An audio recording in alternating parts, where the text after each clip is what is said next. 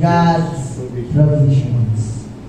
Sabi ni Pete Wilson, the trust that allows us to embrace uncertainty has three aspects.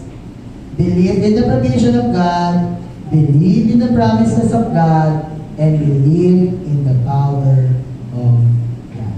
You have to take note of it, no? Para mas lalo mong magkaroon ka ng katiyakan talaga sa buhay mo, no?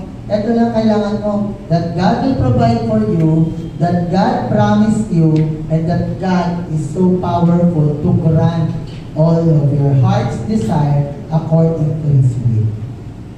No? So sa pagtatapos po ng ating talakayin sa umagang ito about Lord's provision, ano man yung hinahangad, pangangailangan mo, no? Alam ng Diyos yan kung kailangan mo talaga siya.